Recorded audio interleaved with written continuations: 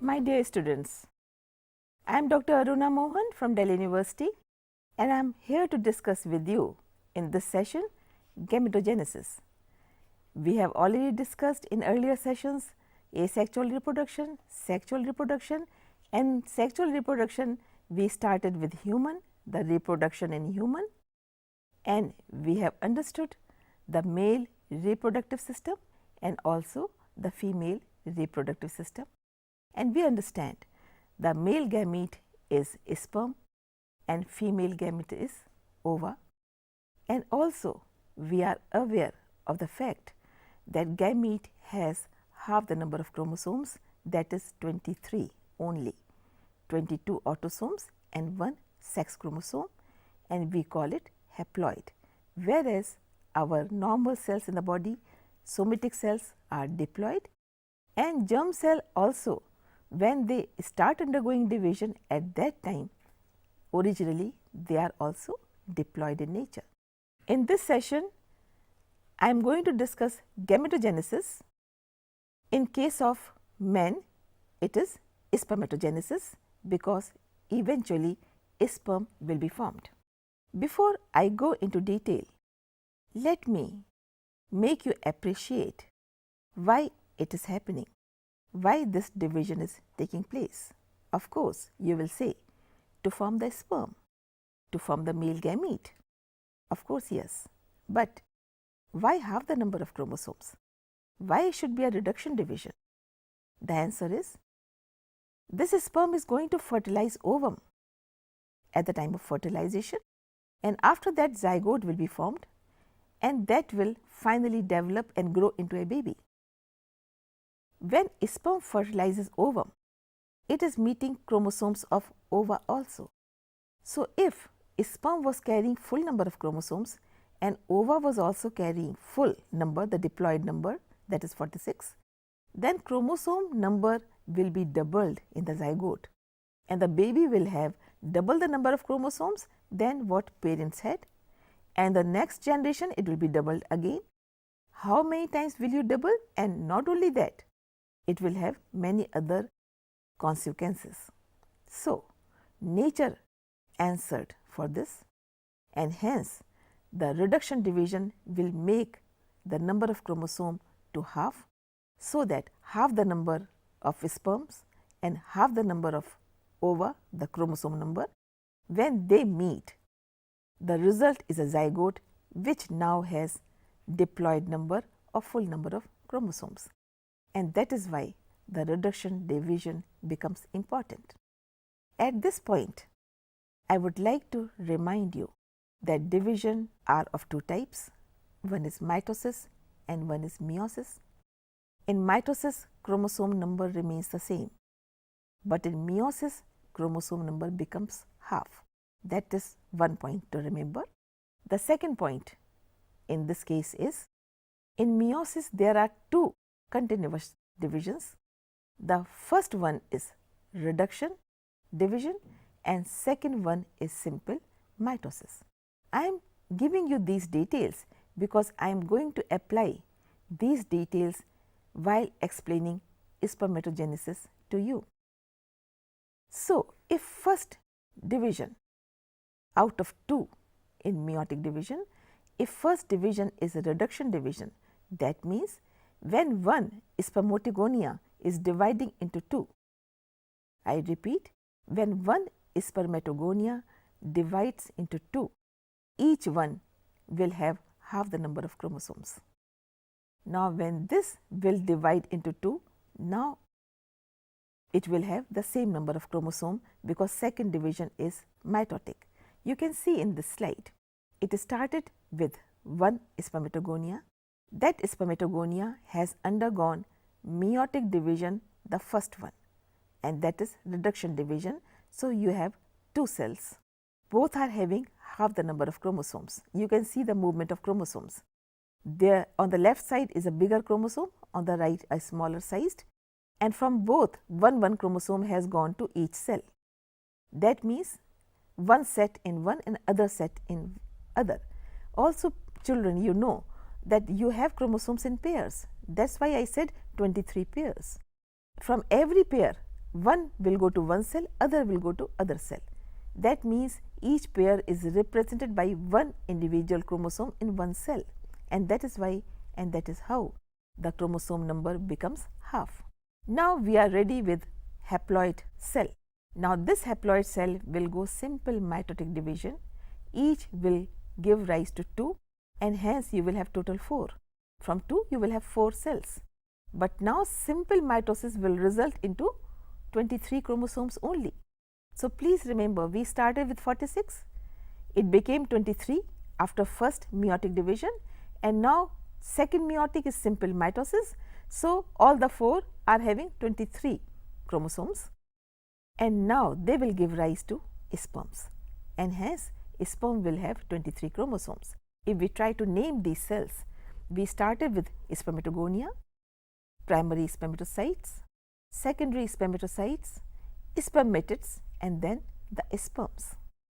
During this process, spermatogonia needed energy, nutrition and support, and that was provided by Sertoli cells which are present in the seminiferous tubule.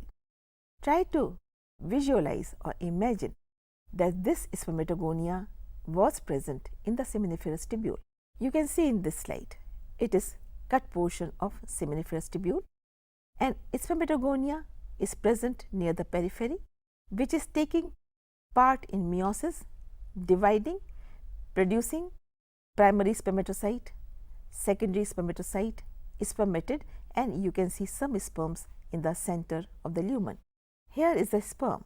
By now you are familiar with the structure of a sperm. It has head, neck, middle piece and the tail. The acrosomal part of sperm helps in penetration of ovum. Try to imagine that ova which is larger in size, sperm is smaller in size. The ova which is larger in size provides a bigger surface area for sperm to touch it and penetrate it. The moment one sperm through acrosome touches the ova and pricks it, that is the point the outer membrane of ovum becomes tough, hard, so second sperm cannot enter. As I told you, in one ejaculation during the intercourse, millions of sperms are transferred from male to the vagina of the female, which all start swimming towards the uterus and then towards the oviduct and then towards the fimbriated end of oviduct. Whichever sperm reaches first will fertilize. They cannot struggle with each other in reaching first, because the moment one prick is there by the sperm, the outer covering of ova hardens and second one will not be able to penetrate. One more point which you all should remember, my students, that after ovulation the ova comes to the upper end of oviduct, and at this point this is the place where fertilization takes place. Why? Why it takes place near ovary or in the upper part of oviduct? Why not in uterus? Why not in lower part? The answer is that lifespan of ova in the female body is 48 hours or 2 days.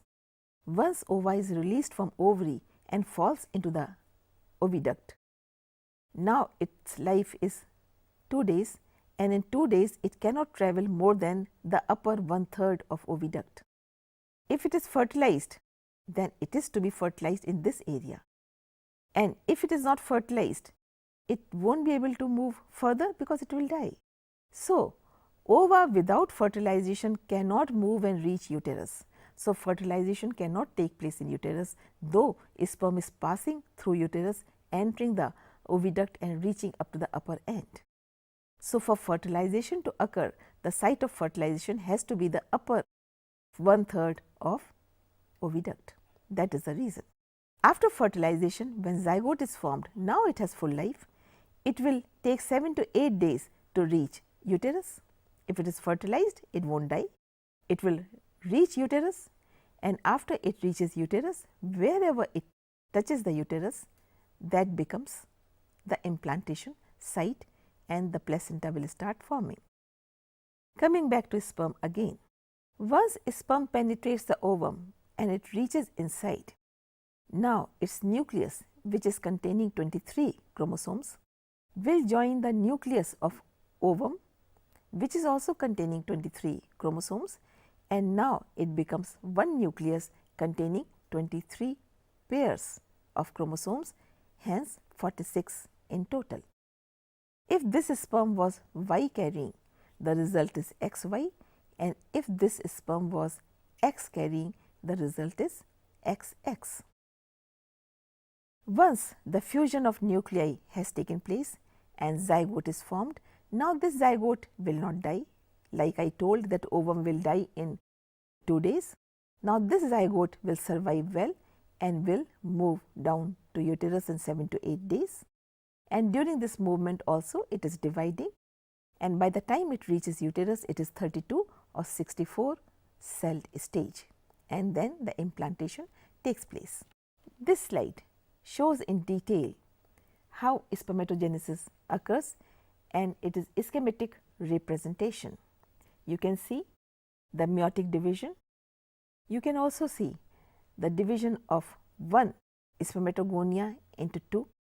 The first meiotic division is reduction division, and hence the chromosome number became half, which is very significant for proper number of chromosomes to go to the next generation. Also, I would like to tell you, my students, that if there is one chromosome less or one chromosome more in the baby, it is going to create havoc in the life of the child. So, we cannot afford one chromosome more or one chromosome less. That results into syndromes, so many kinds of syndromes which we may discuss in some other session. So, once reduction division takes place properly, both the cells have half the number of chromosomes, neither more nor less.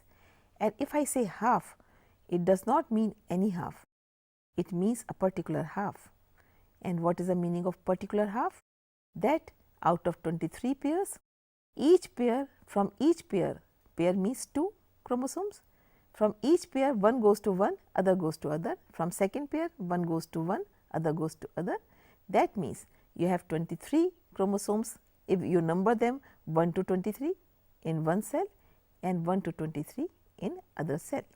And you are aware of the fact that chromosomes have genes and genes carry characters. So, try to appreciate that when zygote is formed, the one chromosome has come from mother, one set, and one set has come from father. If I explain in other way, your father had paired chromosomes, your mother had paired chromosomes, your father gave you one from one pair, second from second pair, hence 23 from 23 pairs in the form of sperm, and your mother gave 23 from 23 pairs in ova, and now when fertilization took place, you have 23 from father and 23 from mother, and that is how you have characters from both the parents. Coming back to the slide, after first meiotic division, the first division of meiosis, which is reduction division, these two cells are having half the number of chromosomes. Now, they will undergo simple mitosis to produce 4 cells, and these 4 cells will give rise to 4 sperms. And the point for you to understand that one spermatogonia will give rise to 4 sperms. Now, you have understood the process. Then in spermatogenesis, one cell gives rise to 4 cells, and 4 cells will give rise to 4 haploid gamete, male gamete sperm. That means there are so many spermatogonia and millions of sperms are produced.